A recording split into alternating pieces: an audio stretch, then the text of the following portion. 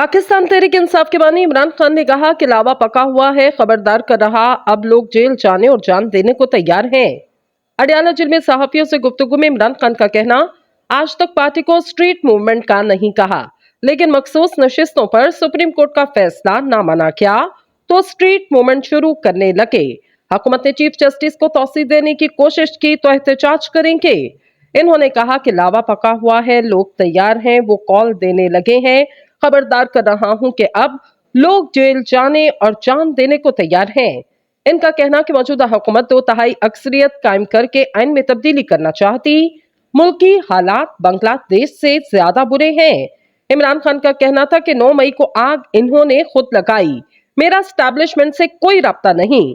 मुखालिफिन को जैसे ही लगता है कि मेरा एस्टैब्लिशमेंट से राबता है तो इनकी काम पे टांग जाती है।